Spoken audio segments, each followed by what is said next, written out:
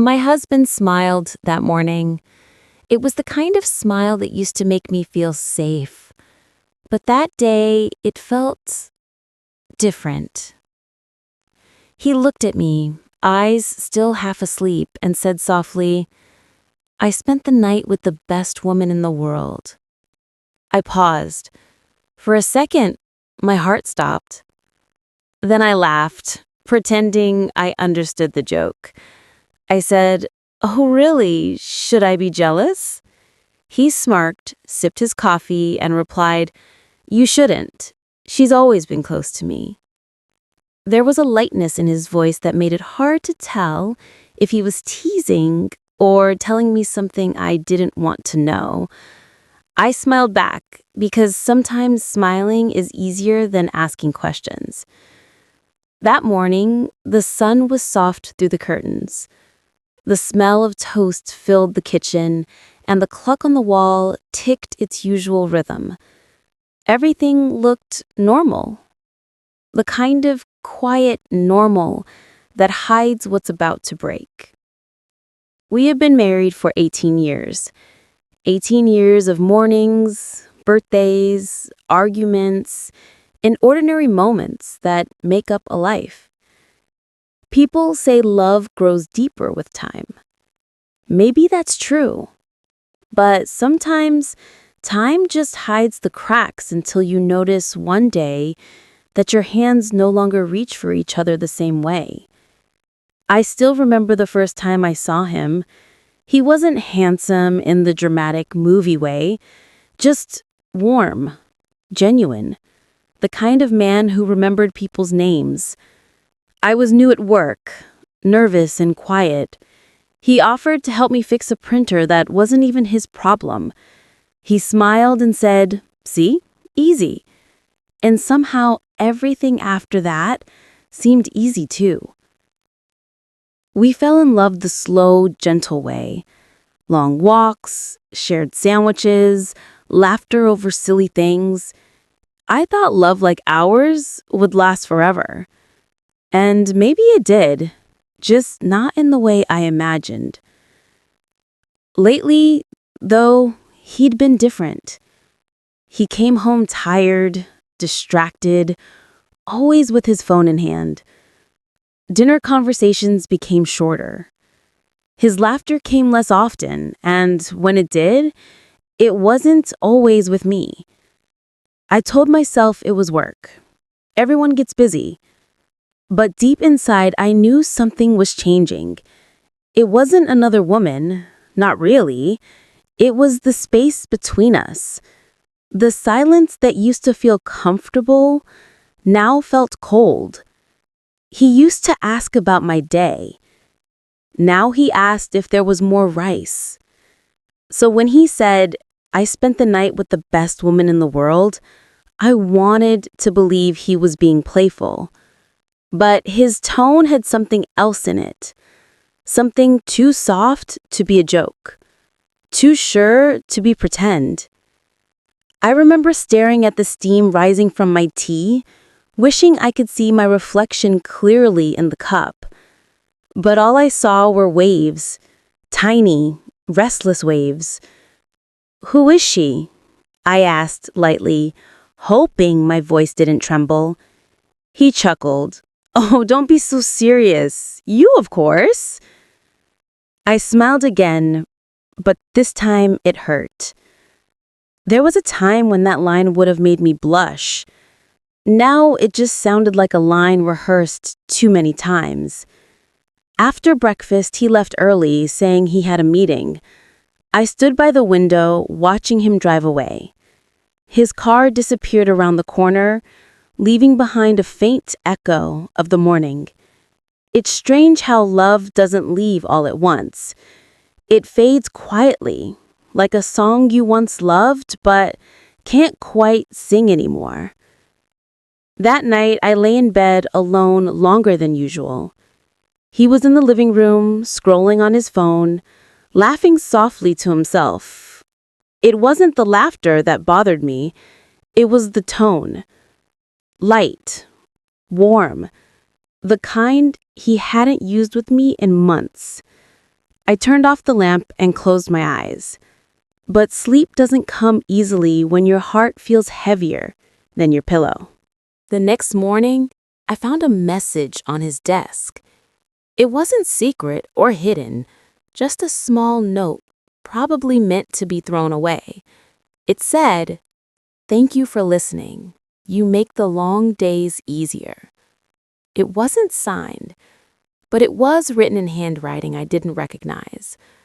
A small thing, a harmless thing, maybe, but it made something inside me crumble a little. He came in, saw me standing there, and smiled. "Looking for something?" he asked. I wanted to ask about the note. I wanted to say his name softly, the way I used to when we shared everything. But instead, I just said, "No, just cleaning up." He kissed my forehead before leaving, and for a moment, I felt both loved and distant at the same time. Days turned into weeks. Nothing was sad, nothing was fixed.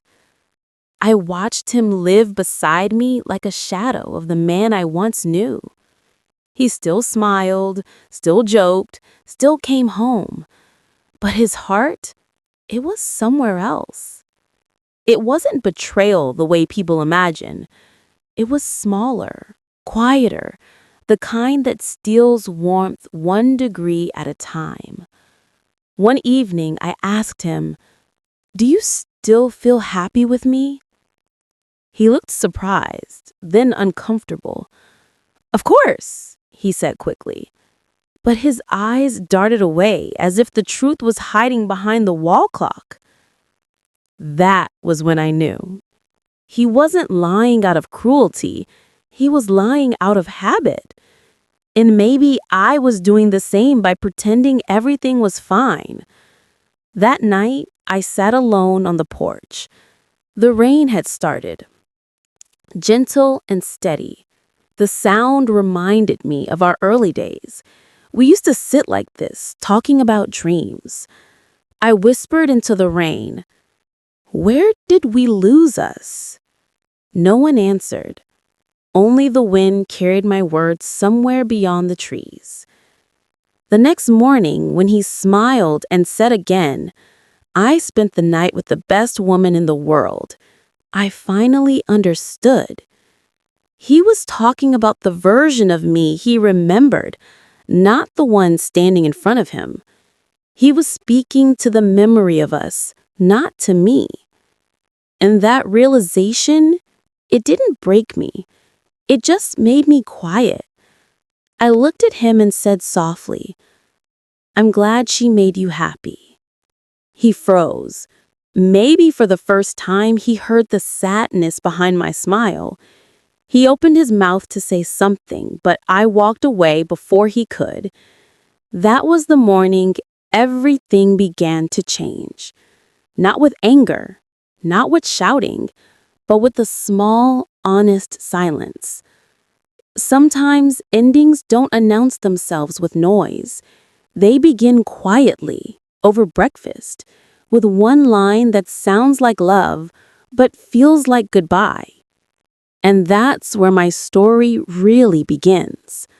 The day my husband smiled and said, "I spent the night with the best woman in the world," was the day I realized I had to find myself again, the woman I used to be before love turned into habit. The morning after that strange conversation, I tried to remember the woman I used to be when our love was still new. Back then, my world felt small but bright. Every little thing about him seemed special. His laugh, his way of listening, the way he held a cup of tea like it was the most important thing in the world. I often think love starts like sunlight through clean glass. Everything looks clear. You can see the colors of life, soft, golden, alive. When I married him, I wasn't looking for perfection. I just wanted kindness, and he gave me that, at least for a long time. We lived in a small apartment when we first got married. The kitchen was barely big enough for two people to stand side by side, but somehow we made it work. I would chop vegetables and he would stand behind me pretending to help, mostly eating what I had already cut. We used to laugh about it. He'd say, "Teamwork, right?" And I'd say, "You mean taste work." Those were good days. He loved small celebrations. Our first anniversary, he surprised me with a cake he had baked himself. It was uneven, half burned on one side, and the icing said, "Happy Anniversary," missing one N. But when I saw how proud he looked, I couldn't stop smiling. I think love is built on those small, imperfect things. Not the big gestures, not the holidays or the gifts, but the burnt cakes, the late night laughter, the way two people fit into one life without realizing how much they're giving each other. After a few years, we bought our first house. It wasn't fancy, but it had a little garden at the back. I planted marigold and roses. He promised to help water them, though most days he forgot. Still, sometimes I'd catch him standing there in the evening, looking at the flowers, lost in thought. He'd say, "You've made this place beautiful." And I'd laugh. "It's just a few flowers." But deep down, I loved that he noticed. In the evenings, after dinner, we'd sit on the porch with 2 cups of tea. Sometimes we'd talk about nothing, the weather, the neighbors, the silly dreams we both had. He once said he wanted to open a small cafe someday, one where he'd serve coffee and I'd bake cookies. I told him he'd eat all the profits. He laughed, and I remember thinking that his laughter sounded like home. When our son was born, everything changed, in the best way. He was the most beautiful thing I'd ever seen. Tiny fingers, soft cries, eyes that looked like his father's. We were terrified and overjoyed at the same time. Those first nights were hard. No sleep, no quiet, but I remember how gently my husband held the baby. He'd walk around the house in circles, whispering lullabies he made up on the spot. Sometimes I'd wake in the middle of the night and see them, father and son, bathed in the soft glow of the lamp, and I think, this is what peace looks like. Life was busy, but full. We built routines. Morning coffee, school runs, weekend markets. He worked hard, I managed the house. We fought sometimes, of course. Every couple does. But our fights always ended with an apology, a hug, or a quiet dinner together. There was one Sunday I remember clearly. It had rained all day, and our garden was soaked. We couldn't go anywhere, so he decided to cook lunch. He made something halfway between soup and disaster, but it tasted like love. He looked at me with flour on his shirt and said, "I'm not a chef, but I'm trying." And I told him, that's what matters. It really was. Looking back, I think those years were the foundation of everything that came later, both the love and the heartbreak. Because when you've built your life around someone's presence, even a small distance can feel like an earthquake. Sometimes when he's in another room now, I can still hear echoes of our laughter from those early days. The clinking of cups, the tiny giggles of our child, the sound of rain on the roof. Memories don't fade completely. They just grow softer, like old photographs. I remember our 10th anniversary. By then, our son was in school and life felt steadier. We had dinner at a small restaurant, nothing fancy, just a place we both liked. He gave me a silver bracelet with tiny hearts engraved on it. "It's not much," he said shyly, but I told him it's perfect. Because back then, it was. We talked about the future that night, about growing old together, taking care of each other. He joked, "You'll still be bossing me around when we're 70. And I laughed, saying, "Only if you still forget to water the plants." That was us. Simple, ordinary, happy in the ways that really matter. Now, when I look at him sitting quietly across the dinner table, I wonder where that couple went. The one that used to share dreams and jokes. The one that laughed at burnt cakes and silly mistakes. Sometimes I think they're still here, just hiding under the layers of time, waiting for someone to reach out first. But most nights, the silence between us feels too wide to cross. The house we built still stands, but it feels different. Our son is grown now, living his own life. The rooms are quieter, the laughter doesn't bounce off the walls the way it used to. When I walk through the hallway, I can almost hear our younger selves, his voice calling my name, my laughter answering back. It feels like another lifetime. And maybe that's what love does. It gives you 1,000 small lifetimes inside one shared life. You don't lose them, you just learn to live beside their memories. That was the beginning of everything beautiful, before the days grew quieter and the spaces between words began to fill with things unsaid. The years moved quietly after that. There were no big storms, no loud fights, just time passing, one ordinary day after another. Sometimes I think that's how hearts drift apart, not in one moment, but in 1,000 unnoticed ones. He was still kind. He still brought me tea in the mornings when he remembered. He still asked about the bills, the garden, the neighbors, but the questions became practical, not personal. It was as if we were running the same household, not living the same life. When our son went away to college, the silence in the house became more obvious. I would wake early, out of habit, and realize I had no breakfast to prepare for him. I'd look toward the chair where my husband sat reading the paper and see the empty space between us. We both felt the emptiness, I think, but neither of us knew how to fill it.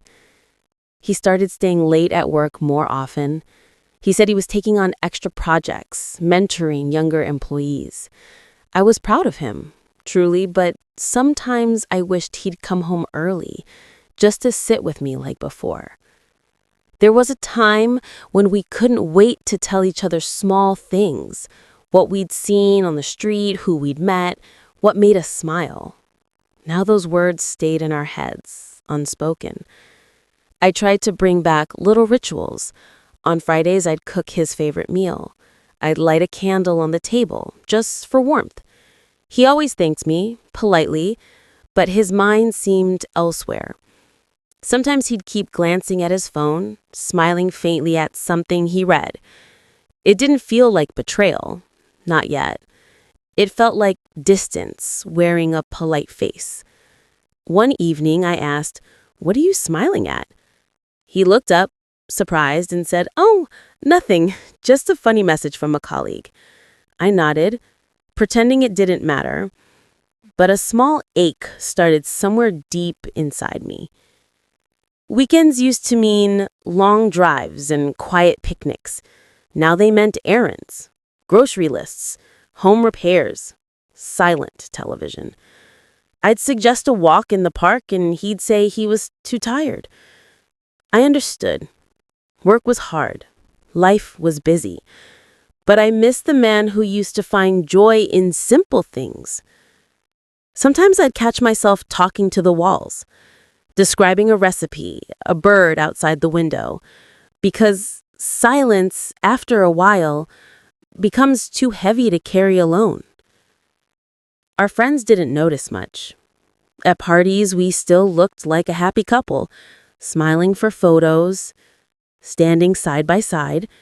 But those smiles were like old paintings, beautiful, motionless, a little cracked at the edges. After one such gathering, on the drive home, I said, "Do you remember when we used to laugh the whole way back?" He chuckled lightly and said, "We're older now. Maybe we're just tired." I looked out the window, watching the city lights blur past. Tired. That word stayed with me. Love doesn't vanish, it just grows tired when no one feeds it. Then one winter, he got a promotion. Everyone congratulated him, even me. We went out to dinner to celebrate. He talked excitedly about new responsibilities, new people he'd be working with. There was a spark in his voice I hadn't heard in years. I should have been happy. But that night, as we sat across from each other, I realized something simple. He sounded alive when he talked about everything except us. He told stories about a new team member, how clever she was, how she organized things perfectly. He mentioned her name several times without noticing. I smiled and listened, my heart strangely calm. It wasn't jealousy I felt. It was recognition. He had found someone who made him feel seen the way I once did. At home later, I stood in the kitchen washing dishes. The warm water ran over my hands and I stared out the window at the dark sky. Behind me, he was humming quietly, still in that good mood from dinner. For a moment, I remembered the man who used to hum for me. Now the tune was his alone. I whispered to myself, "We used to be a song." It wasn't a complaint, just a truth. A few days later, I found a small gift bag on the counter, a pen with an elegant design. When I asked, he said, "Oh, it's from work. Someone gave it to me for helping with the project." He didn't say who. He didn't need to. The distance had already spoken louder than any name could. I didn't accuse him or cry. I simply put the kettle on and made 2 cups of tea. When I handed him his, he looked up, surprised, as if wondering what I knew. But I just smiled and said, "You must be tired." He nodded. Sometimes kindness is easier than confrontation. That night, I sat in bed reading an old journal I used to keep when we first got married. Page after page was filled with laughter, plans, gratitude. "I love the way he listens," one line said. "I love how safe I feel," said another. I ran my fingers over those words, faded but still there. Then I closed the book and looked at him sleeping beside me. He looked peaceful, the same man, the same phase, and yet, somewhere along the way, he had become a stranger I still loved. The next morning, he thanked me for the tea and hurried off to work. I stood by the window watching him leave, just as I used to in those early years. Only this time, the goodbye felt heavier. It wasn't anger. It wasn't even sadness anymore. It was acceptance. The quiet kind that comes when you realize love has changed its shape, and you're not sure if it can change back. That was the season when I started learning to live beside silence. Not as an enemy, but as a reminder of everything we once had and might still save if either of us remembered how to begin again. It was early spring when I began to notice how much of our life had become habit. He would come home, place his keys in the same bowl, loosen his tie, ask if dinner was ready. I would nod, serve the meal, and we would sit across from each other, chewing quietly to the sound of the news on television. No one said much. There was comfort in the routine, but also an ache, like listening to an old song on repeat after the melody has faded. One evening, I decided to change things a little. I cooked his favorite dish, set the table with the good plates, even added a candle in the center.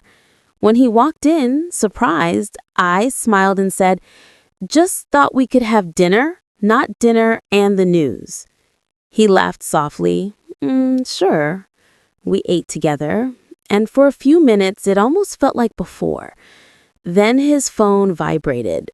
He looked down, typed a quick message, and the warmth disappeared again. I pretended not to notice, but something inside me wilted. Later that night, I stood by the window looking out at the streetlights. The neighborhood was quiet. A couple walked by, holding hands, whispering. Their shadows moved together as one. I wondered when we had stopped walking like that. I don't think betrayal always begins with someone else. Sometimes it begins when one heart stops reaching out and the other grows too tired to ask why. The next week, he had to travel for work. It wasn't unusual, he'd done short trips before, but this time he seemed almost eager to go. I helped him pack, folding shirts neatly, slipping a note inside his bag that simply said, "Come home safe." It felt old-fashioned, maybe even silly, but I hoped it would remind him of us. When he returned 3 days later, he hugged me politely and thanked me for the note, but I could feel the distance even in his arms. They no longer wrapped around me. They hovered, careful and brief. That night, as he unpacked, his phone buzzed again. He smiled to himself, that small, secret smile I had seen too often. He said it was a message from a coworker, something about a project. I nodded, though part of me wanted to ask, does she know she's taking pieces of you that used to belong to me? But I stayed silent. A few days later, I met my friend Mira for tea. She asked casually, "Everything okay at home?" I wanted to say yes. The words almost came out. But then I found myself saying, "We're fine, just quieter." She looked at me gently, the way old friends do when they understand more than you've said. "Talk to him," she whispered. "I will," I lied. Talking seemed impossible. It felt like trying to reach someone standing on the other side of thick glass. You can see them, but they can't quite hear you. One afternoon, I decided to clean the study. He kept his things neatly, but I wanted to dust the shelves and water the plant near the window. As I wiped the desk, I found a small notebook, open to a page filled with short notes, dates, reminders, fragments of conversations.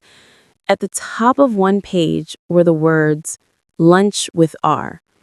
It didn't mean anything, not really, but the single initial felt too intimate.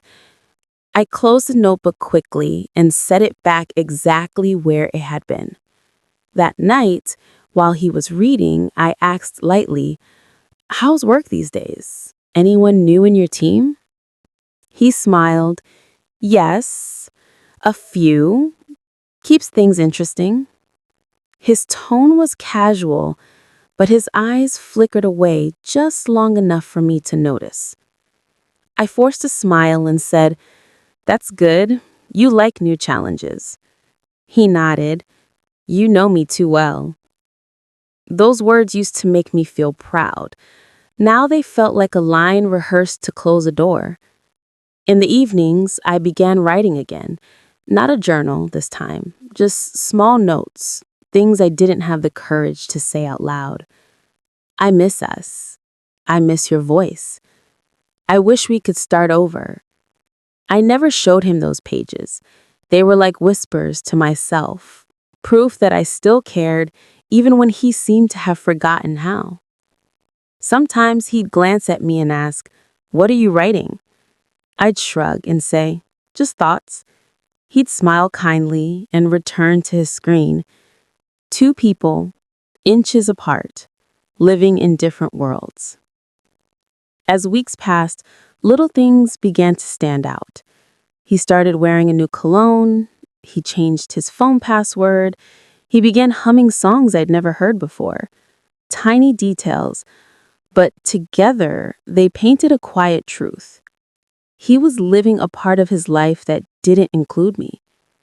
I wanted to believe it was nothing, just midlife restlessness, a man trying to feel alive again. Maybe it was. Still, it hurt in a way I can't explain. It wasn't just jealousy, it was grief for something still breathing beside me.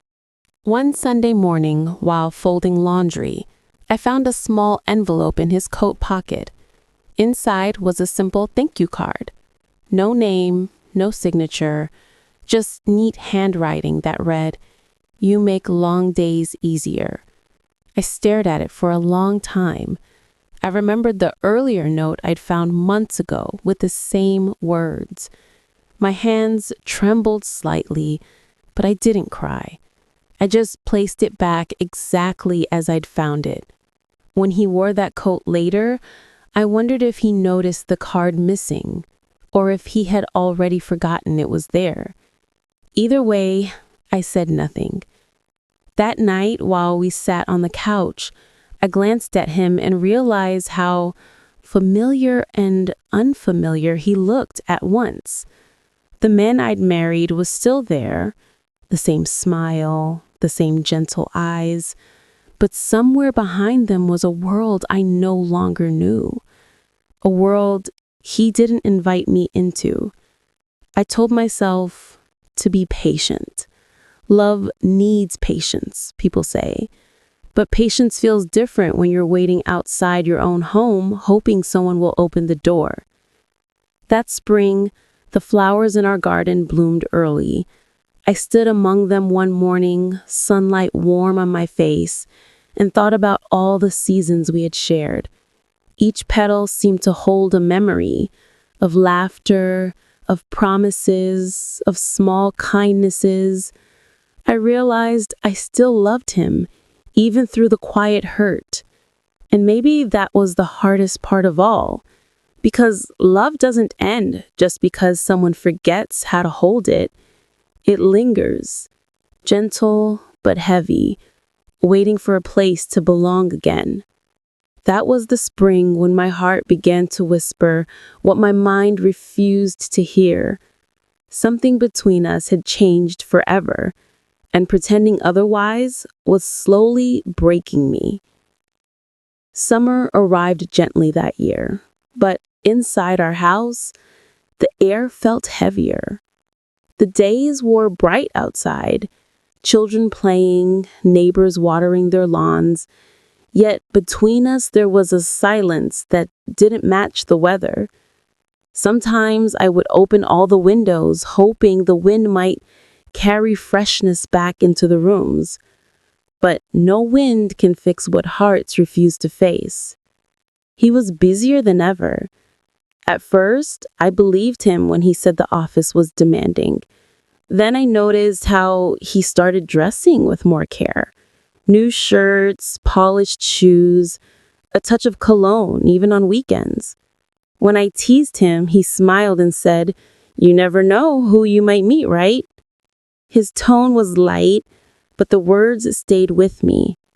One Friday evening, he called to say he'd be late again. The line crackled.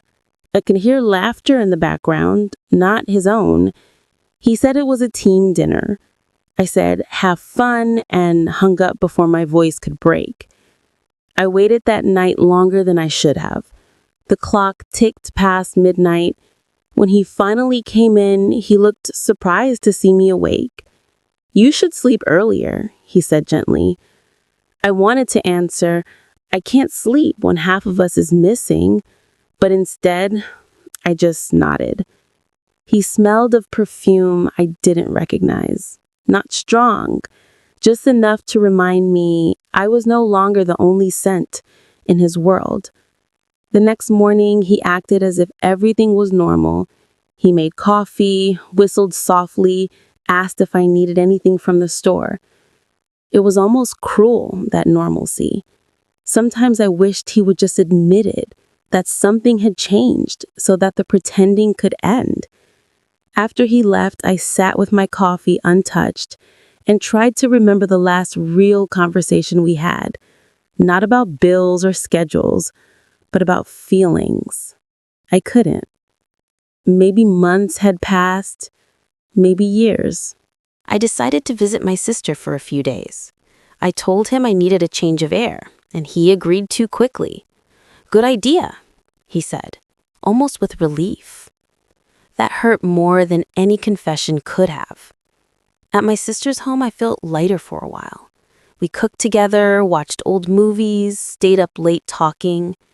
She looked at me one night and said quietly, "You look tired, like someone who's been holding her breath." I smiled and said, "Maybe I have." Being away made me realize how small I'd become inside my own life.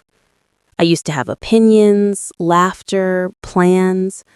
Now I measured my days by how distant his eyes looked across the table. When I returned, he greeted me warmly. For a few days, he was attentive, asking about my trip, helping around the house. I almost believed we were finding our way back. Then, one afternoon, I noticed a message flash across his phone while it lay on the counter. A name I didn't recognize. Just 2 words, "Miss you." My breath caught. I looked away before he noticed, my heart pounding softly, rhythmically, like footsteps on an empty road. That night, I couldn't eat. He asked if I was feeling unwell. I said yes, because in some quiet way I was. The following weekend, he said he had another work event. I didn't ask details. Instead, I ironed his shirt, packed a small snack for him, and handed it over with a smile. He looked at me strangely, maybe expecting a question, but I had none left to ask. Questions are heavy when the answers are already written on someone's face. He left humming a tune. When the door closed, the house seemed to sigh. I sat down and stared at the half-empty cup he'd left behind. The steam was fading. So was I. That evening, I opened my journal again. For the first time, my words weren't soft. They were honest. "I think he's gone," I wrote. "Maybe not in body, but in heart. And I don't know how to bring him back without losing myself." Writing the truth didn't bring relief, only clarity. Clarity can hurt more than confusion. Days later, he mentioned casually that a new project might require travel every month. I smiled politely, but my chest tightened. I could already imagine the distance stretching wider, like fabric pulled too far. That night, as he packed his clothes, I asked quietly, "Do you ever miss how we used to be?" He stopped folding his clothes for a second, then said, "Of course I do. Life just changes." Then he kissed my forehead, a gesture of comfort, not love. I watched him go, realizing that sometimes a gentle tone can hide a farewell. While he was away, I began spending time in the garden again. The marigolds had started to bloom. Their orange petals caught the sunlight like little fires, alive and defiant. I found comfort in watering them, in the routine of care. They didn't need words. They only needed presence. Maybe that's what love truly asks for. Presence. Each evening, I'd sit outside with a cup of tea, listening to the world. Children laughing, dogs barking, the distant hum of cars. Life continued, indifferent to my quiet heartbreak. And somehow, that steadiness helped. When he returned from the trip, he brought gifts. A scarf, a box of chocolates, a postcard with the city skyline. He said, "Thought of you when I saw these." I thanked him, though part of me wondered if guilt can sometimes look like kindness. That night, I placed the postcard on the fridge. It showed tall buildings glowing against a twilight sky. At the bottom were printed the words, "Wish you were here." I stared at them for a long time. He was here, standing a few feet away, and yet the words felt painfully true. That summer, our love became something quiet and careful, like walking barefoot on broken glass. Neither of us wanted to bleed, so we moved slowly, pretending the floor was smooth. But deep down, I knew. One wrong step, and the truth would cut through everything. It was a Sunday morning when I decided I couldn't keep pretending anymore. He was sitting at the kitchen table, reading something on his phone, a faint smile on his lips. I was making breakfast, the sound of the frying pan filling the silence between us. Every few seconds, he'd glance down at his screen and type something quickly. I turned off the stove and stood still for a moment. The smell of eggs and coffee filled the air, but I felt no hunger. My heart was beating faster than it should have for a calm morning. Finally, I said quietly, "Who makes you smile like that?" He looked up, surprised. "What do you mean?" I wiped my hands with a towel and faced him. "Your phone. You smile more at it than at me these days." He laughed softly, trying to make it light. "Come on, don't be jealous of my work chat." His tone was gentle, but there was a shadow behind it, a small hesitation that said more than his words. I nodded slowly. "Work must be very funny lately." He sighed. "You're imagining things." Maybe I was, or maybe I wasn't. Either way, the moment hung heavy between us, like rain that refuses to fall but darkens the whole sky. After that morning, I stopped asking, but I watched more carefully. He'd take calls outside. He'd leave earlier, come home later. Once I found a strand of long hair on his jacket. Not mine. It was light brown with a faint scent of some floral perfume. I stared at it for a long time before brushing it away. There was no point keeping evidence when your heart already knew the verdict. One evening, Mira came to visit again. We sat on the porch sipping tea as the sun dipped behind the trees. She looked at me and said, "You're quieter than before. Even when you smile, it doesn't reach your eyes." I wanted to deny it, but the truth was too tired for lies. I said softly, "He's not really here anymore, not the way he used to be." She reached for my hand. "Do you think there's someone else?" I didn't answer right away. The question didn't need an answer. My silence was enough. Mira squeezed my fingers and said, "You deserve honesty, at least that much." I nodded, though the thought of demanding honesty terrified me more than the lies themselves. A few days later, he forgot his phone at home. It was sitting on the dining room table when I noticed it, screen dark and still. For a long time, I just stared at it, torn between respect and curiosity. Then it buzzed once, lighting up with a message. Just one word appeared on the screen before it locked again. Lunch. I froze. My hands were shaking. It could have been anyone, a colleague, a friend, but deep down I knew. It wasn't the message that hurt. It was the realization that there was someone out there who felt comfortable enough to text him so casually, so warmly, during the middle of the day. When he came home, I handed him his phone without a word. He smiled, relieved. I was looking for this all day," he said. I only nodded. He didn't notice that my hands were still trembling. That night, I couldn't sleep. I lay beside him, staring at the ceiling, listening to his breathing. I remembered the early years, how I used to fall asleep to the sound of his heartbeat, how safe it made me feel. Now that same rhythm felt distant, belonging to someone I no longer truly knew. Around midnight, I got out of bed and went to the kitchen. I made tea and sat in the dim light, thinking. No tears came. Just a quiet, tired clarity. Something inside me whispered, "You can't keep pretending forever." The next morning, I asked him to have breakfast with me before work. He looked a little surprised, but agreed. We sat at the table, toast, coffee, eggs. Everything looked ordinary, but nothing felt that way. After a few bites, I said softly, "Are you happy?" He looked up, puzzled. "What kind of question is that?" "Just a simple one," I replied. "Are you happy with us? With me?" He hesitated. The silence between us stretched until I thought I'd break it myself, but then he said quietly, "I don't know." 3 words. That's all it took. Not anger, not denial, just uncertainty. And somehow that hurt more than any confession. I nodded slowly, forcing a small smile. "Thank you for being honest," I said. He looked at me, guilt flickering across his face, and reached for my hand, but I gently pulled away.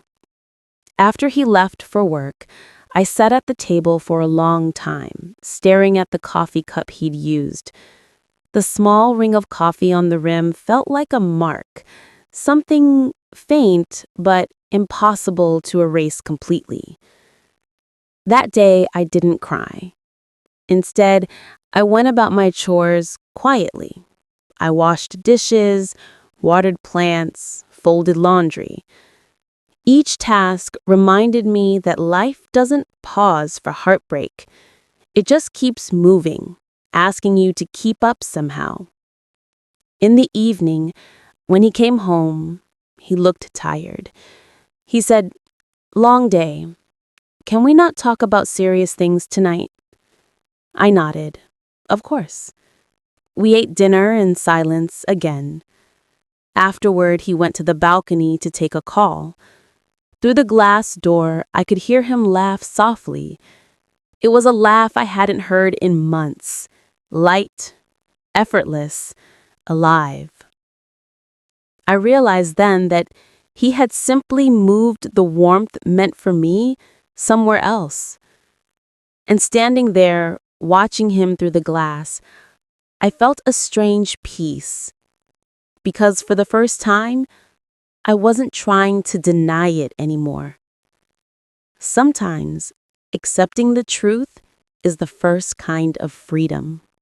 A week passed after that quiet breakfast, and something inside me shifted. I stopped searching for proof. I stopped waiting for explanations that would only hurt to hear. Instead, I began watching him with a kind of calm curiosity, as if studying a stranger who once lived inside my heart. He was kind, still polite, still careful. He'd ask if I'd eaten, if I'd taken my medicine, if I needed anything from the store. But behind every gentle word, there was distance, like he was fulfilling a duty, not sharing a life. One evening, he came home late again. He looked flushed, almost guilty, carrying a small paper bag. He placed it on the table and said, "They gave me some extra dessert at the restaurant. Thought you might like it." It was a slice of cheesecake, my favorite, though he hadn't remembered that detail in months. I thanked him, cut a small piece, and we ate in silence. When he wasn't looking, I noticed a faint lipstick mark on the rim of the plastic container. It was pale pink, not mine. I washed the container carefully, pretending I hadn't seen it. I didn't want a scene. I wanted understanding. Sometimes truth comes not in confrontation, but in quiet recognition. The next morning, I told him I'd be meeting Mira for lunch. He nodded absently, already checking his messages. At the cafe, Mira asked if I'd found the courage to ask him directly. I shook my head.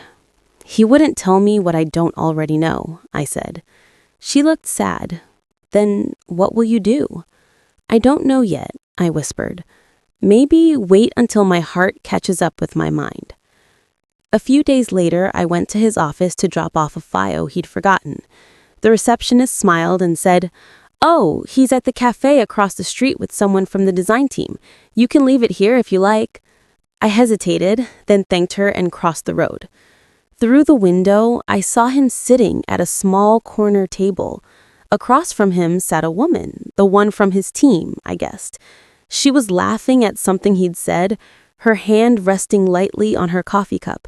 He looked happy, truly happy, the kind of happiness that used to belong to us. For a long moment, I simply stood there, watching them. Not angry, not jealous, just quietly accepting that this was what it looked like when love moved on. I turned around before he could see me and walked away.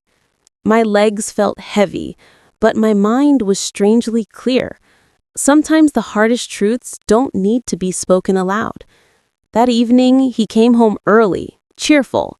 He told me about his day, leaving out the part I'd witnessed. I listened, nodding, smiling where appropriate. Inside, a small voice said, "You've seen enough. Stop asking for what's already gone." Later that night, while he showered, I opened my drawer and took out our old photo album. Page after page, there we were, younger, unguarded, full of dreams. On one page, there was a picture of us at the beach. He had written on the back, "You're my favorite place to be." I traced those words with my fingers and felt a quiet ache bloom in my chest. When he came out, towel around his shoulders, he saw the album and smiled faintly. "Wow, it's been ages since I looked at those." "Do you remember that day?" I asked. "Of course," he said. "We had too much ice cream and sunburns." We laughed softly. For a few seconds, it felt almost normal. Then he looked away, and the distance returned like a shadow after light. A few nights later, he received another late call. He stepped onto the balcony, speaking in hushed tones. I couldn't hear the words, only the sound of his voice. Gentle, tender, the way he used to speak to me. When he hung up and came back inside, he looked startled to see me standing there. "Work?" I asked. He hesitated and said, "Yeah, just work." I nodded and went to bed. He joined me later, careful not to touch me as he lay down. That tiny distance between our bodies felt like a canyon. I lay awake, watching the ceiling, whispering silently, "Please, just tell me the truth so I can stop pretending." The next day, I didn't make his lunch. Instead, I wrote a small note and left it beside his coffee cup. It said, "When you're ready to talk, I'm ready to listen. No accusations, no anger, just an open door." He didn't mention the note when he left, but that evening, something had changed in his eyes, a mix of worry and relief. He asked, "Can we talk after dinner?" I nodded, my hands trembling slightly as I washed the dishes. We sat on the couch, side by side, the air thick with unspoken things. He looked down at his hands, twisting his wedding ring slowly. "You felt it too, haven't you?" he said. I took a deep breath. "Yes." He nodded, eyes glistening. "I didn't mean for it to happen. I just got close to someone at work. She listened, that's all. It made me feel alive again, but I never wanted to hurt you." His words were soft, almost apologetic. They fell like raindrops, quiet, steady, impossible to stop. I listened without interrupting. When he finished, I asked, "Do you love her?" He hesitated for a long time before whispering, "I don't know." I nodded slowly. There it was, the truth, fragile and painful, but finally real. I felt tears rising but refused to let them fall. I said quietly, "Thank you for telling me. Now at least we can stop pretending." He looked broken, whispering, "I never wanted to lose you." I smiled sadly. "Maybe you already did, somewhere between your first secret and your last silence." We sat there for a long time, side by side, not touching, not speaking. Outside, the wind rustled through the trees, carrying away the last pieces of our old life. That night, I didn't cry. I just stared at the ceiling, feeling strangely calm. Sometimes when the truth finally arrives, it doesn't explode. It just settles quietly inside you, like dust after a long storm. And in that silence, I realized something gentle but true. Forgiveness doesn't always mean staying. Sometimes it means understanding enough to let go. The next morning, the house felt strangely light. He had already left for work, His coffee mug sat rinsed in the sink, his shoes neatly aligned by the door. Everything looked normal, yet something invisible had shifted. For the first time in months, there were no secrets hiding between the walls. The truth had settled in, heavy, yes, but also honest. I moved slowly through my morning routine. Every familiar object seemed to speak back to me. The chair where he used to sit, the small crack in the kitchen tile we always meant to fix. Life looked the same, but I wasn't the same woman walking through it. I thought about the night before, his quiet confession, the look in his eyes when he said he didn't mean to hurt me. I believed him. He hadn't wanted to hurt me. He just stopped noticing that I could be hurt. That's how betrayal often works. It isn't planned. It just grows in the space where love used to live. I spent most of that day cleaning, though nothing was really dirty. It was something to do with my hands, a way to keep my heart from falling apart. As I dusted the bookshelves, I found an old photo of us, our wedding day. He was smiling wide, holding my hand tightly, as though nothing could separate us. I looked at that picture for a long time, tracing the faces of two people who had once believed love was enough. I whispered softly to the photo, "You tried, you really did." Then I placed it back in the drawer, gently, as though tugging away a memory that no longer fit the present. Mira came by in the afternoon. The moment she saw my face, she knew.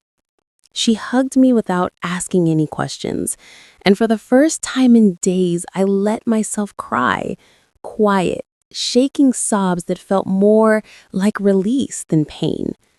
When the tears stopped, I said, "He admitted it. There's someone else. He says he doesn't love her, but he doesn't know if he still loves me either." Mira squeezed my hand. "What will you do?" "I don't know yet," I whispered. "Part of me wants to leave, another part still wants to fix it." She looked at me gently. "Maybe the first thing you need to fix is yourself." Those words stayed with me long after she left. Fix myself. I had spent so much time trying to hold our life together that I'd forgotten I was part of it too. That evening, I didn't cook dinner. When he came home, surprised, I told him there were leftovers in the fridge. He looked at me, uncertain. "Are you okay?" I nodded. "Just tired." He hesitated, then said, "We can talk more if you want." "Not tonight," I said softly. "I think we both need quiet." He nodded, and for once, he respected that silence. Later, as I sat alone on the balcony, I thought about what it means to start over. I wasn't ready to leave, not yet, but I was ready to stop begging for the version of us that no longer existed. The night air was cool, carrying the faint scent of jasmine. I closed my eyes and whispered, "If I had to walk through this pain, let it teach me something." The next morning, I woke before sunrise. He was still asleep, breathing evenly beside me. I watched him for a moment, the familiar lines of his face, the faint frown he always had when dreaming. I didn't feel anger. I just felt distance, like watching a film about someone else's life. Quietly, I got dressed and went for a walk. The sky was pale blue, the streets empty except for a few birds hopping between puddles. For years, I had walked beside him on weekends. Now I walked alone, and strangely, it felt okay. Each step was heavy, but freeing. A small reminder that my life could still move forward, even if he wasn't walking with me. That day, I decided to take a week off from work.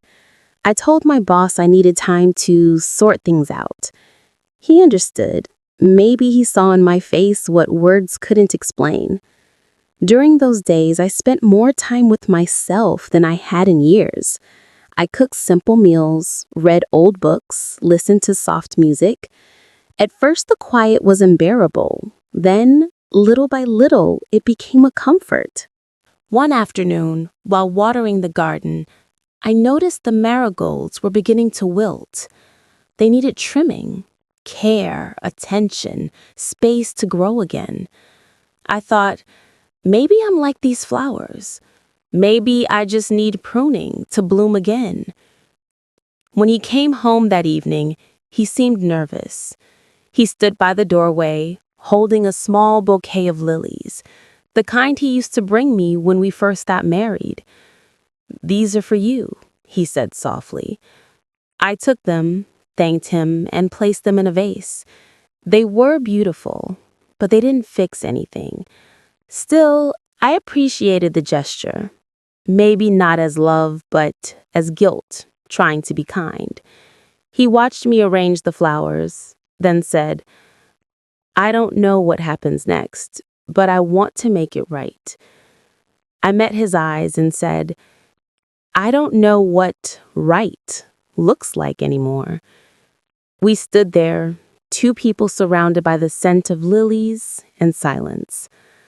Sometimes that's all that's left when love begins to fade, gestures and silence. That night I lay in bed thinking about forgiveness, not the kind that erases the past, but the kind that lets you breathe again. Maybe forgiveness wasn't something I could give him yet. Maybe it had to start with me. Forgiving myself for ignoring the signs, for clinging to something that was already slipping away.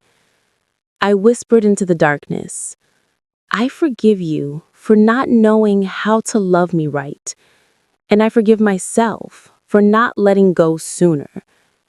Those words didn't solve everything, but they softened something inside me. They made room for peace, even in the middle of heartbreak. By the time the first light of dawn touched the curtains, I realized I wasn't afraid anymore. Sad, yes, but fear, the fear of being alone, of losing what we had, that had faded. Because sometimes the turning point isn't a dramatic goodbye. Sometimes it's simply waking up and realizing you're still here, breathing, ready to start healing. The next few days moved slowly, like the first minutes after a storm. Nothing looked broken from the outside, but everything inside felt rearranged. He went to work, came home, spoke softly, tried to be helpful. I answered politely, smiled when needed, but a part of me had stepped back, as if watching our marriage from a distance. One morning, I decided to do something I hadn't done in years. I took a bus to the small seaside town where my parents used to take me as a child. It was only an hour away, but it felt like another world. The air smelled of salt and fried snacks, and the waves made that same low humming sound I remembered from long ago. I walked along the shore, shoes in my hand, letting the cold water touch my feet. Every step washed away a little of the heaviness. No one knew me there. No one expected smiles or explanations. For the first time in months, I could breathe without pretending. I sat on a rock and watched the sea stretch endlessly ahead. It was beautiful, but also humbling. A reminder that my story was just one tiny ripple in something vast and forgiving. I whispered to the waves, "I'll be okay." That trip became the first of many small escapes.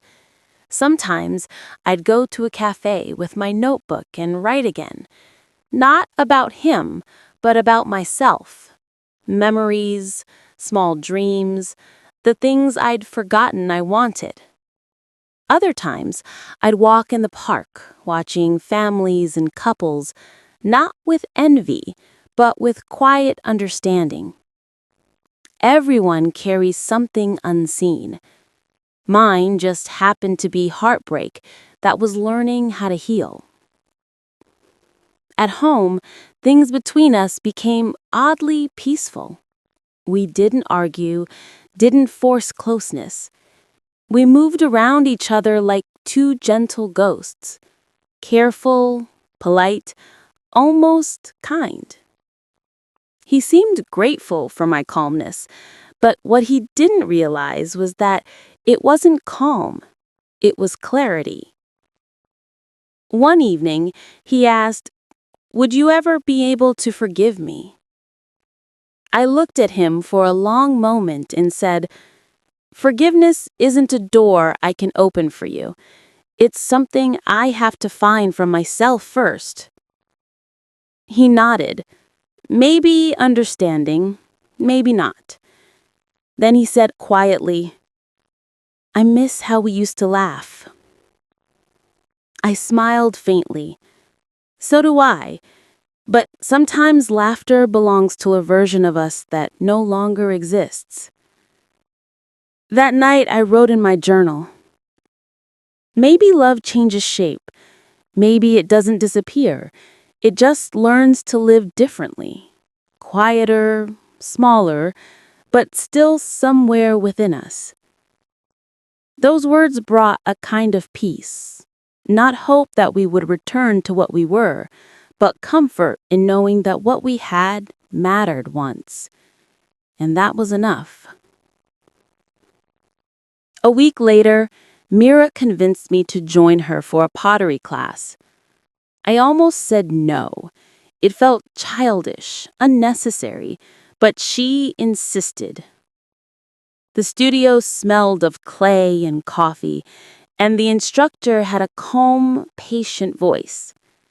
He said, "Don't worry about perfection. Let your hands remember how to create."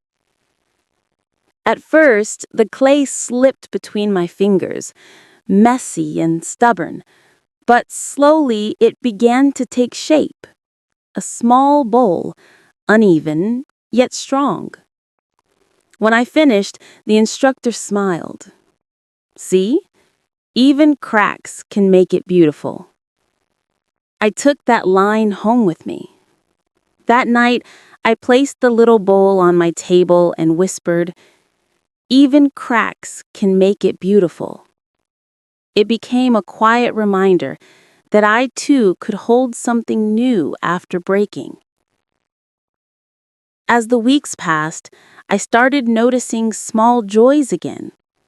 Morning light on the curtains, the sound of rain hitting the roof, the taste of warm tea after a long day.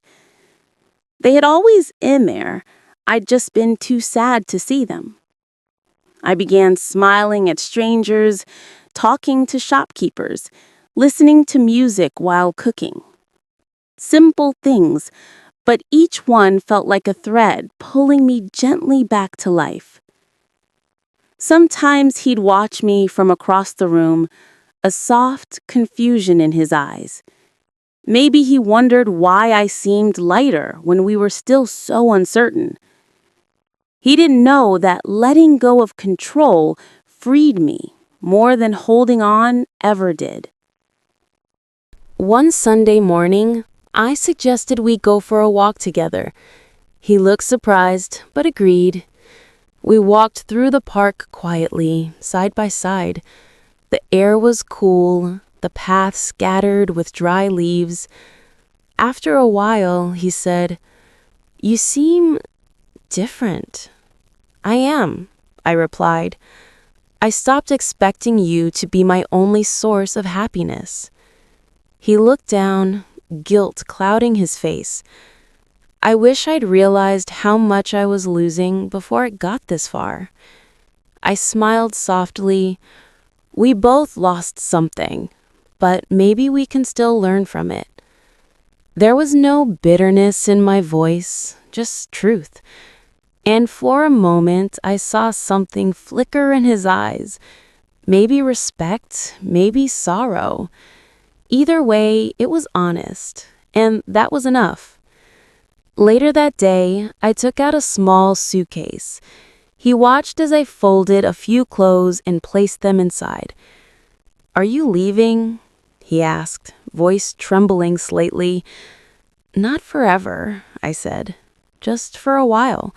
I need to see who I am when I'm not trying to be someone's wife."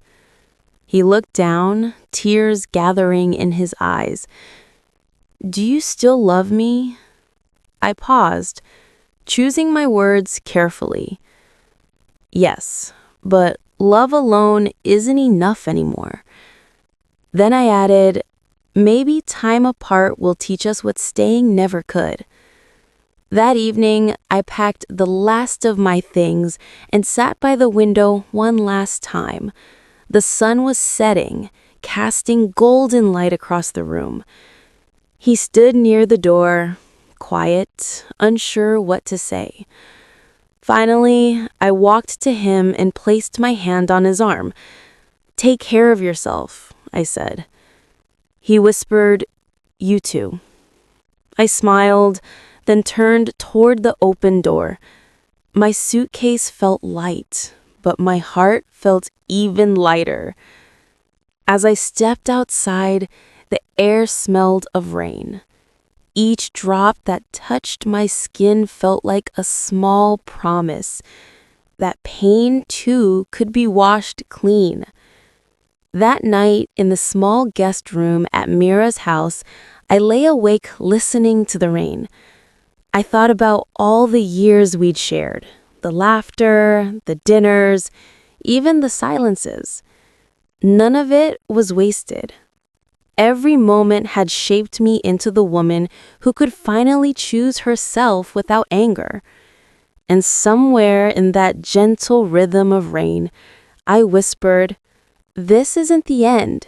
It's just the part where I start again." The first week away felt strange, like waking up in someone else's life. Mira's guest room was small but cozy. The curtains were pale blue, and the window overlooked her little garden where sunlight danced on wet leaves every morning. At first, I didn't know what to do with the silence. No sound of his footsteps, no clinking of his mug, no half-heard sighs in the hallway, just the quiet hum of my own breathing.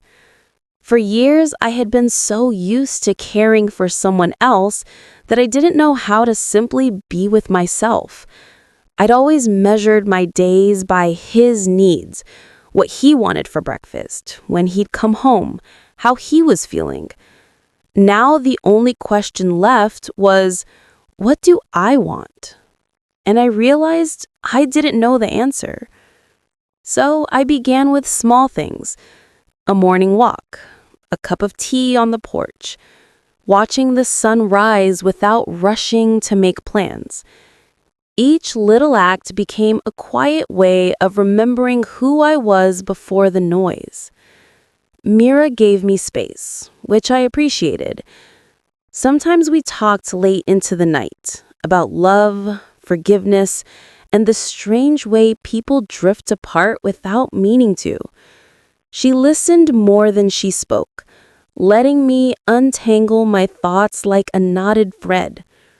One night I said softly, "Do you think it's possible to love someone and still need to leave them?" Mira looked at me with kind eyes. "Of course. Sometimes love isn't about staying. Sometimes it's about knowing when to give both hearts a chance to breathe." Her words settled deep inside me. For years, I'd believed that leaving meant failing. Now I was starting to see it could mean healing. Days passed, and I began to feel lighter. I went to the local market, smiled at strangers, bought myself a bright yellow scarf just because it made me happy.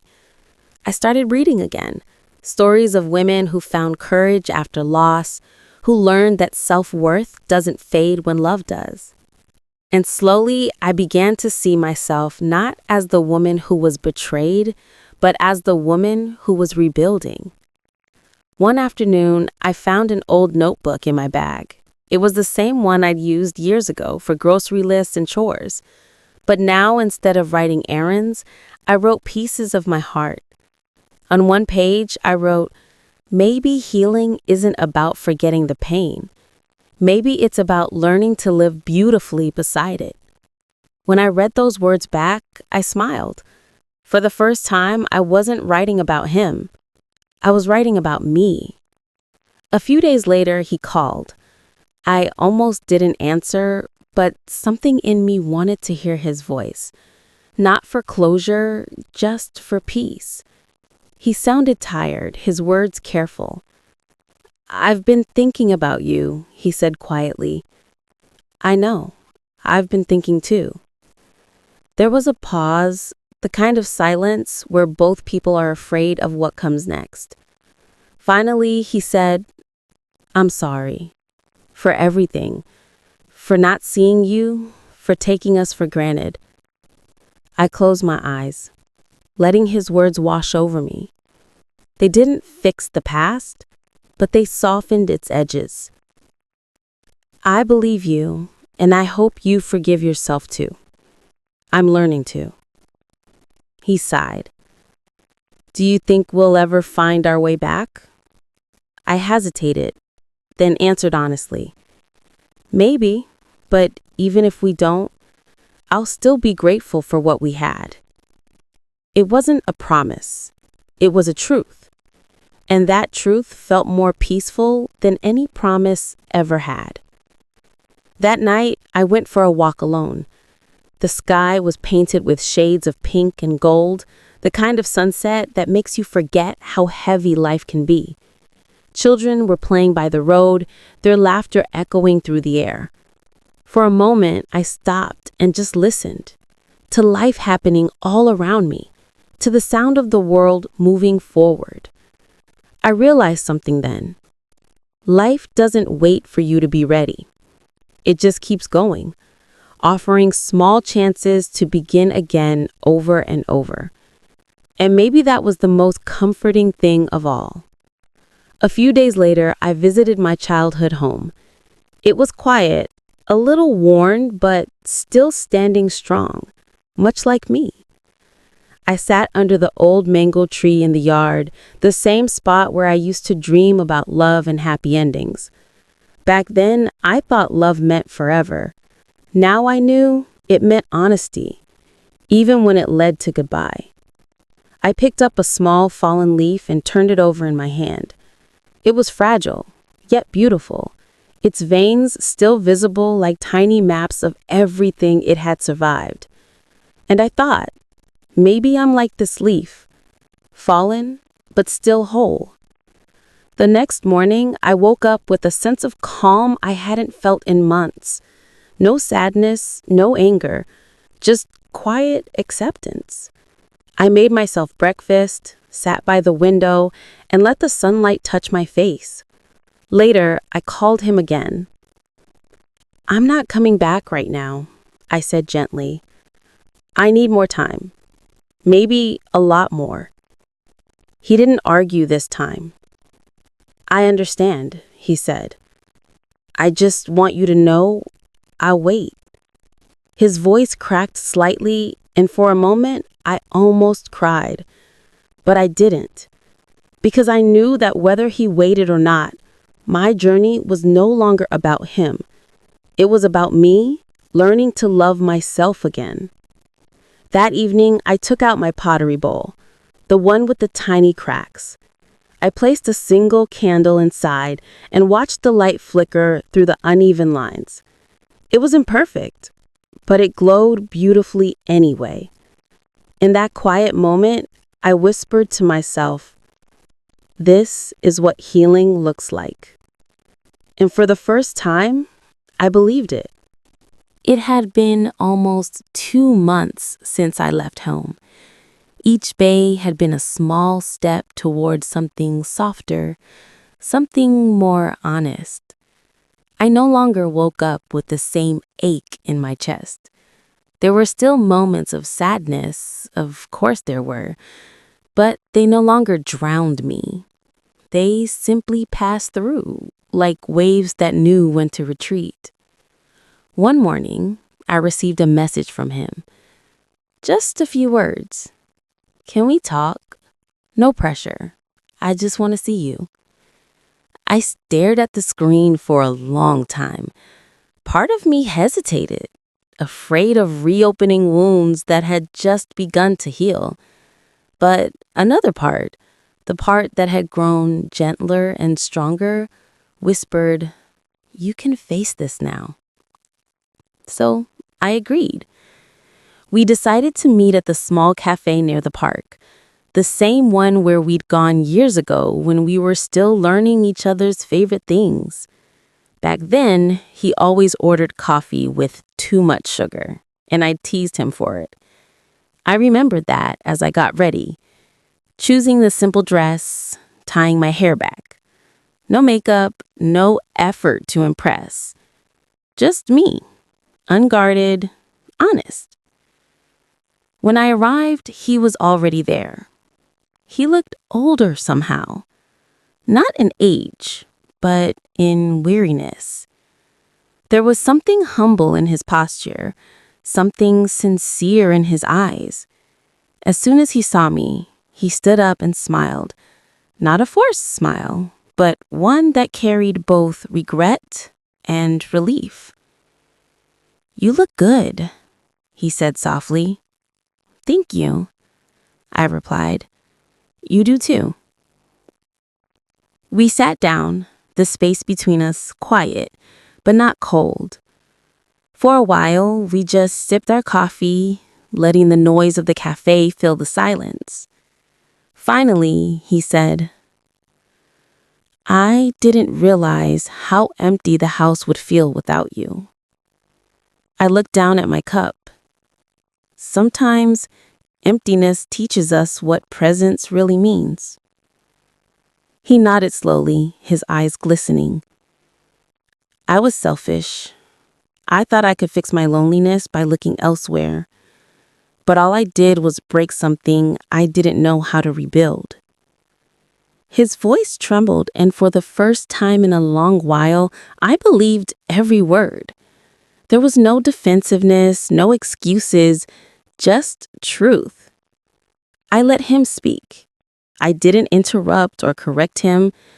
Sometimes listening is its own form of forgiveness. When he finally looked up, he asked, "Can you ever forgive me?" I took a deep breath, feeling the weight of that question settle gently on my heart. Forgiveness, such a simple word, yet it carries years of pain, love, and memory. "I think I already have," I said quietly. He blinked, surprised. "You have?" "Yes," I nodded.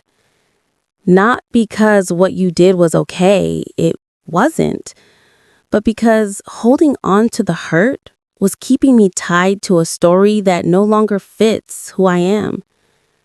Forgiving you isn't about forgetting. It's about letting go of what was keeping me stuck." He swallowed hard, his eyes filling with tears. "You've become so strong."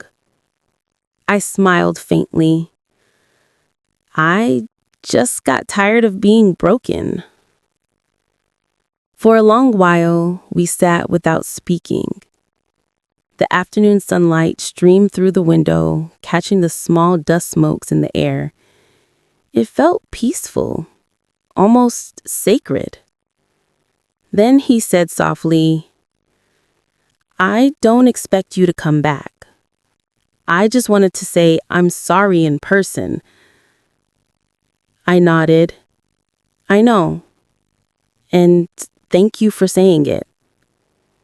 He reached across the table, his hand trembling slightly, and said, "I'll always love you, you know." I met his eyes and answered truthfully, "I'll always love you too." But love isn't always meant to last in the same way. That moment wasn't dramatic. No tears, no shouting. It was just two people finally meeting each other with honesty, maybe for the first time in years. After we said goodbye, I didn't cry. I simply walked through the park, feeling the breeze brush against my face. The trees were beginning to bloom again, tiny buds of green where winter had left its mark. Life, I thought, always finds its way back. As I sat on a bench, I remembered something my mother once told me. Healing doesn't mean forgetting. It means remembering without fear. For the first time, I understood what she meant. I could look back at our years together, the laughter, the quiet dinners, even the pain, and feel gratitude, not bitterness, because every piece of it had shaped me into who I was becoming. That evening, when I returned to Mira's house, she looked at me and smiled. "You saw him?" she asked. I nodded. "And how do you feel?" I thought for a moment before answering. Peaceful, like I finally finished a long, hard chapter. She hugged me tightly. That's what healing feels like. We stood there for a while, not saying anything more. Just a quiet understanding between two women who knew how much strength it takes to let go with grace. Later that night, I opened my journal again. I wrote, "Today I saw the man who broke my heart. But I didn't see him as an enemy. I saw him as someone who once loved me, who stumbled, who lost his way." And in that moment, I realized forgiveness doesn't mean we go back. It means we move forward lighter. I closed the notebook and smiled. The candle on my desk flickered softly, casting warm light across the pages. I felt like I could finally breathe deeply again. Outside, the night sky was clear. The stars seemed closer than they had in years. I whispered a quiet prayer, not for him, not for us, but for myself. Thank you, life, for teaching me that even after betrayal, the heart can still be kind. And for the first time, I didn't feel like a woman who had lost something. I felt like someone who had finally come home to herself. The morning after meeting him, I woke with sunlight on my face and a calm that felt brand new. No heavy thoughts, no ache tugging at my chest. Just stillness, the good kind. For the first time in many months, I wanted breakfast.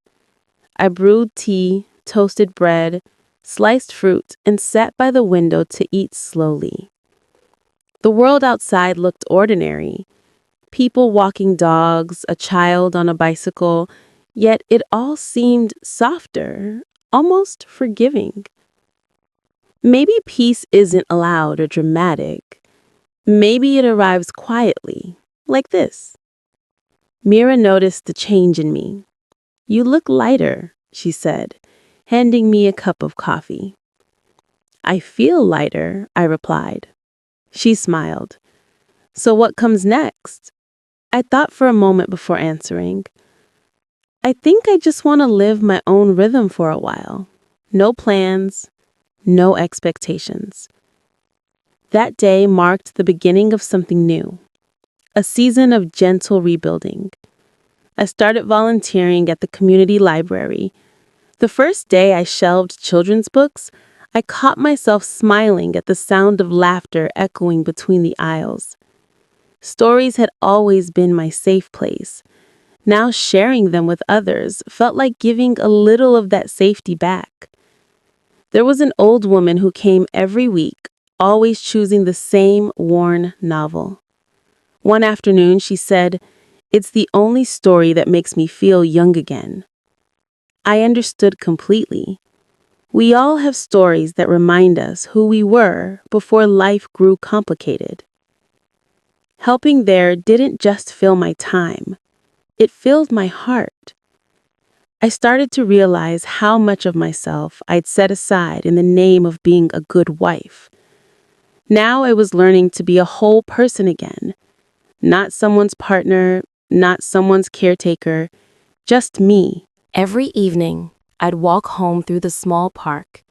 The trees whispered with the wind, the sky turned golden, and I'd feel gratitude rise quietly inside me. One evening, I stopped at the lake's edge, watching the reflection of the sunset ripple on the water. It struck me that healing looked a lot like this: the same sky, seen more clearly after stillness. I whispered, "Thank you for everything that broke and everything that bloomed because of it." Weeks passed, and I kept writing in my journal.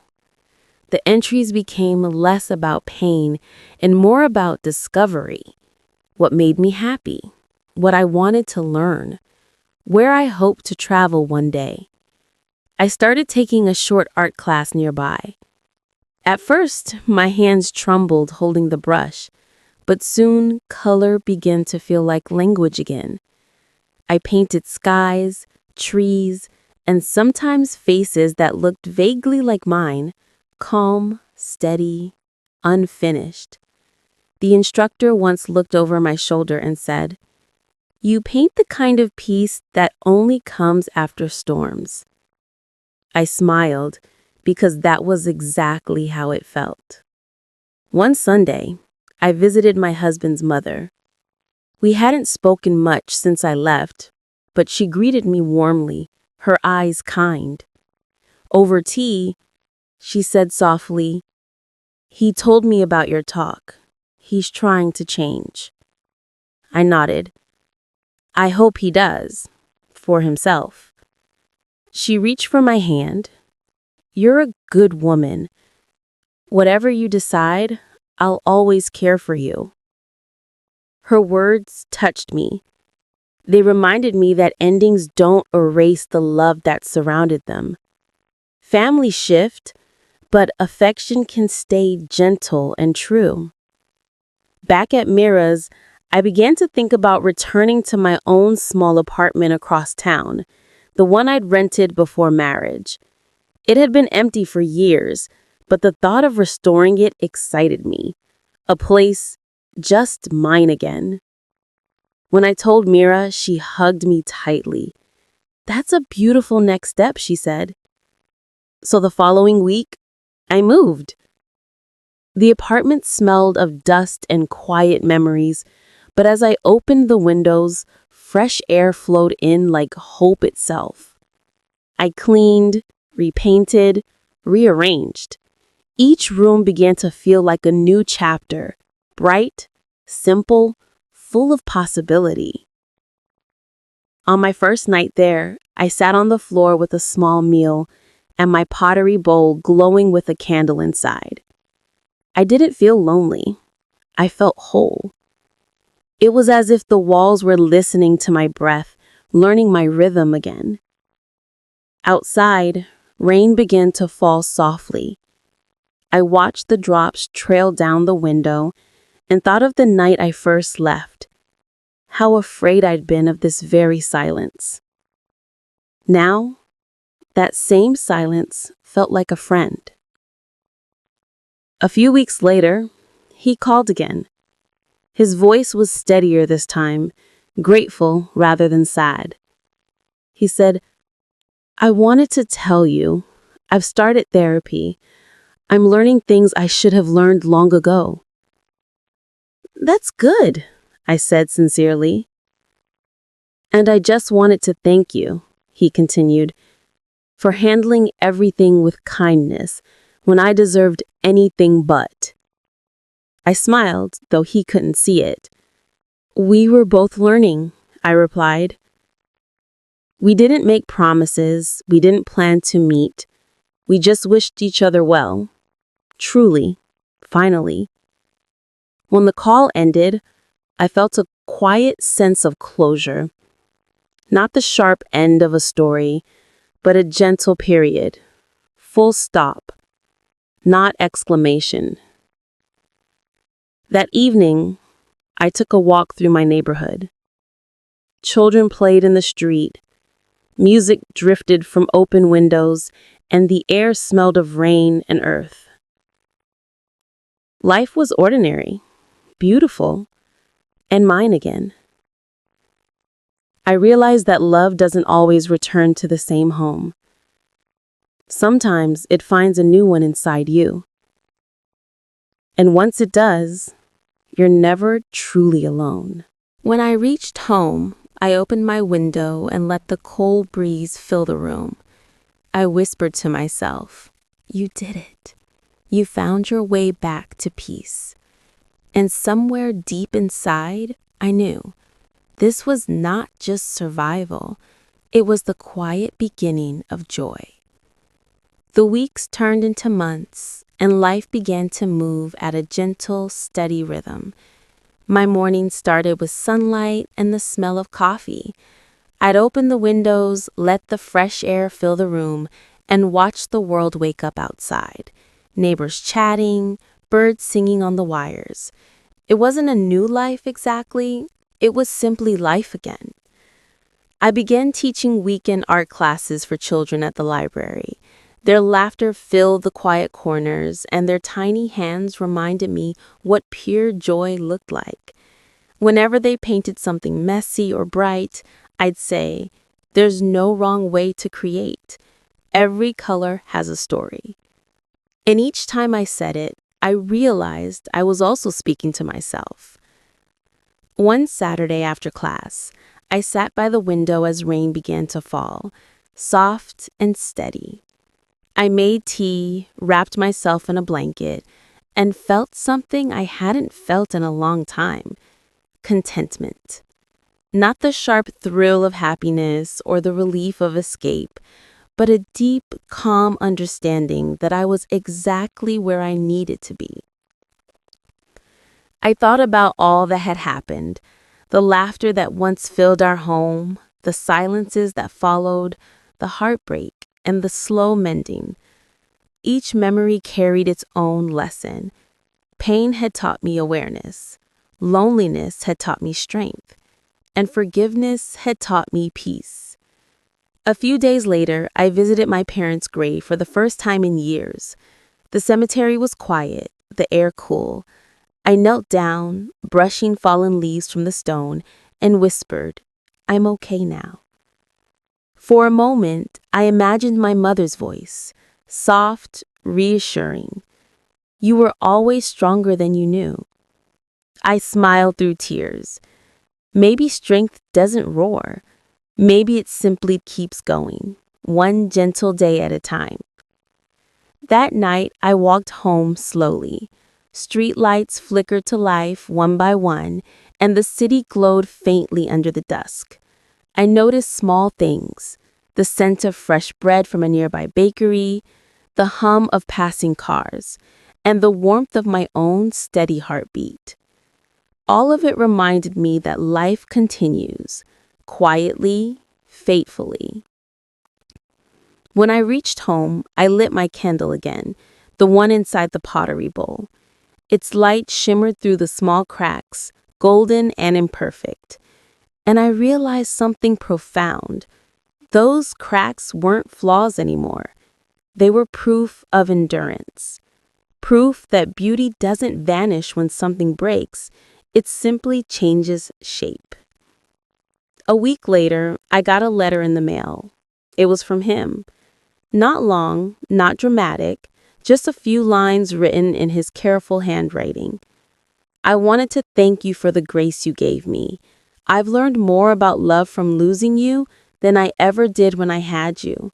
I'm working on becoming the man I should have been. I hope you're smiling wherever you are." I held the letter in my hands, letting the words sink in. There was no bitterness, no pain, just gratitude. I placed it gently inside my journal, between the pages where my new story had begun. It felt like closing the last page of an old book, not because I stopped caring, but because I was ready to begin another. As months passed, I began to travel. Small trips, nothing fancy. A weekend by the sea, a visit to a nearby hill station, a day spent exploring old bookstores. Everywhere I went, I collected small moments, shells, postcards, sketches. Each one reminded me that the world is vast and full of kindness waiting to be found. One evening, while walking by the ocean, I saw a couple sitting together, laughing quietly. I didn't feel envy anymore, just a warm recognition that love still existed in the world, and I didn't have to own it to believe in it.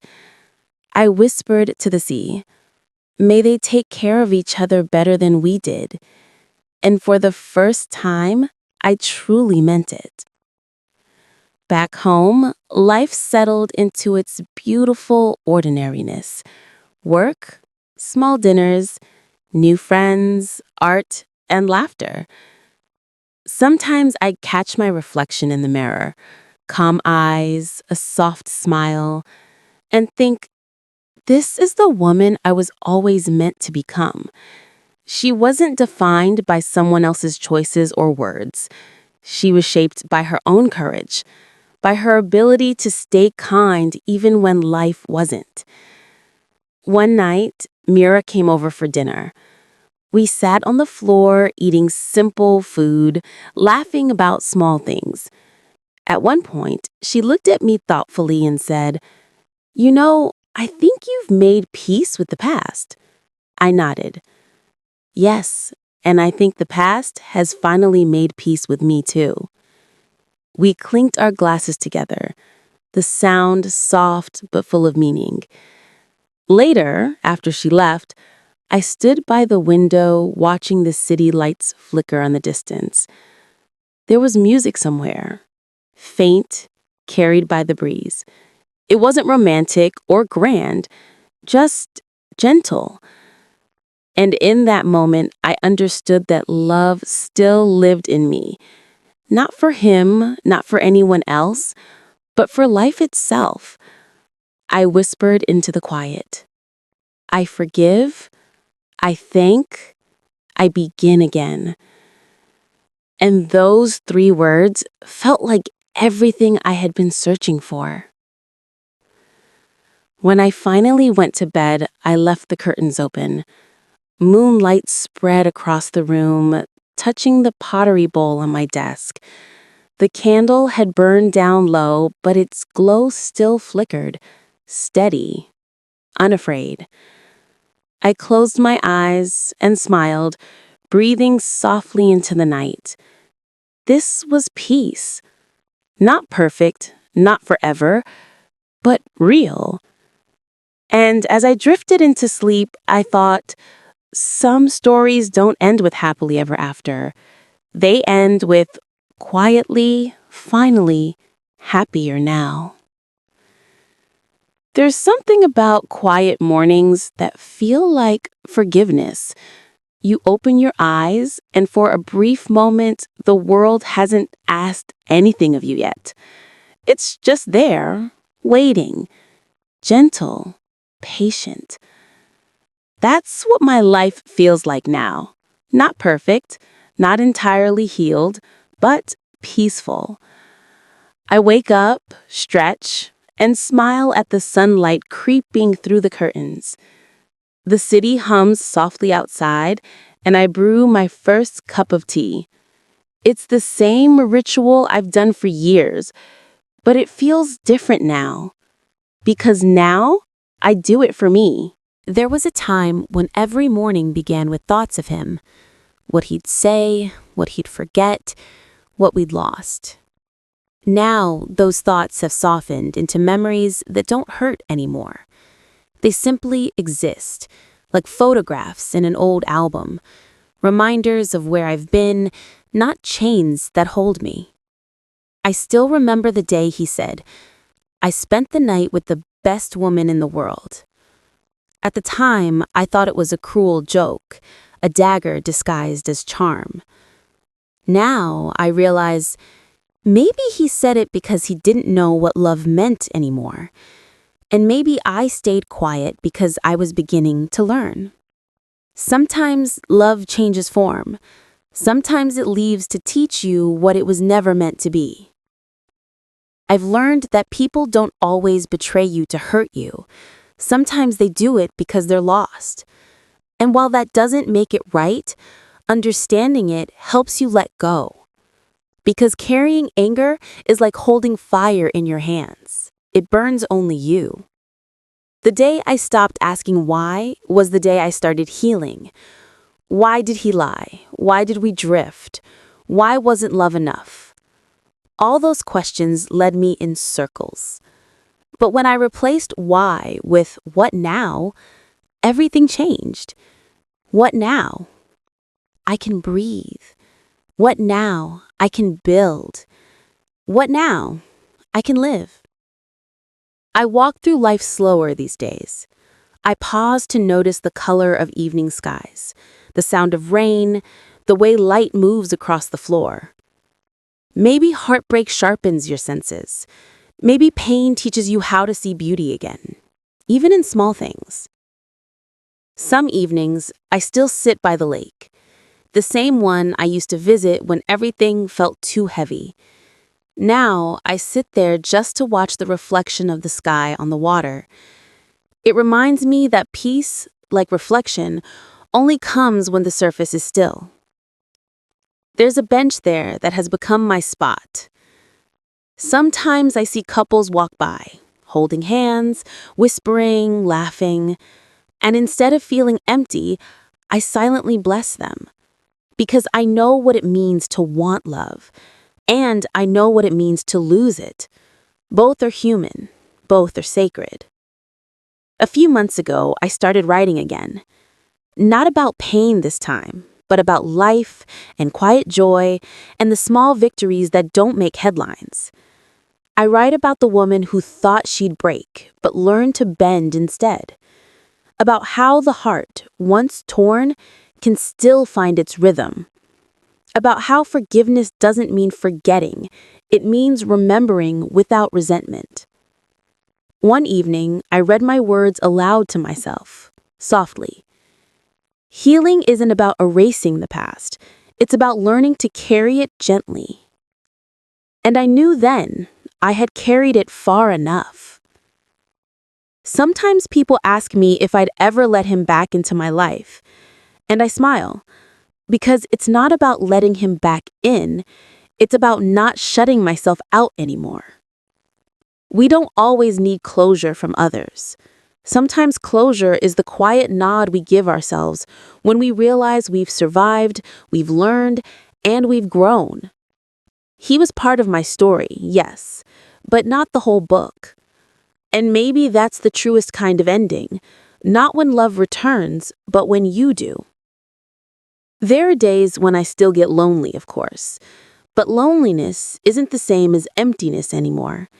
It's softer now, like the pause between heartbeats, a reminder that I'm alive and feeling.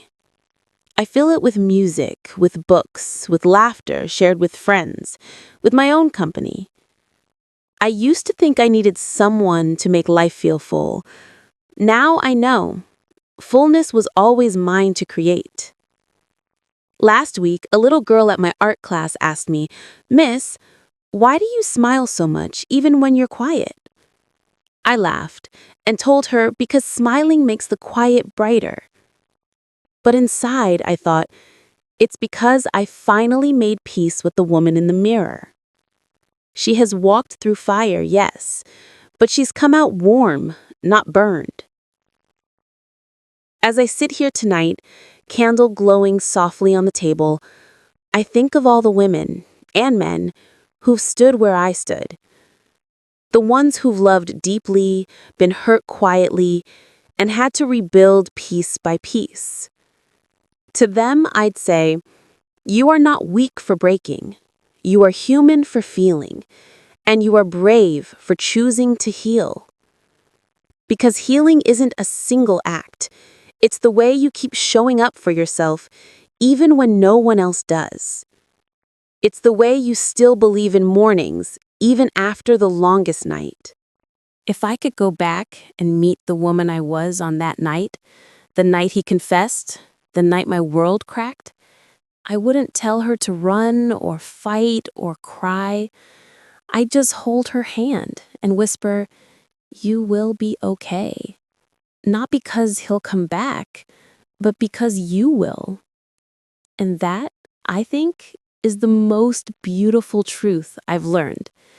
That peace isn't given by others, it's built within. That love isn't something you lose, it's something you learn to carry differently. The story of us ended, yes, but my story, the one that began when I finally let go, that one's still being written. Every sunrise adds another page, every act of kindness, another paragraph, and every quiet night like this, another small reminder that happiness doesn't always arrive loudly. Sometimes it comes as softly as breath. I pour one last cup of tea, sit by the window, and look out at the stars. They shimmer, distant but constant, and I think maybe that's what love really is. Not the storm, not the rush, but the quiet light that stays even when everything else fades. So I lift my cup slightly, a silent toast to everything that was and everything that will be. To love in all its forms, to loss for its lessons, and to peace, the kind that stays. This is my story of learning, of forgiving, of beginning again. And if you're listening to this, if your heart is aching the way mine once did, please remember, you will not stay broken forever. The pieces will find their place again. And one quiet morning, you'll wake up, smile at the sunlight, and realize you made it. Not because someone saved you, but because you chose to save yourself.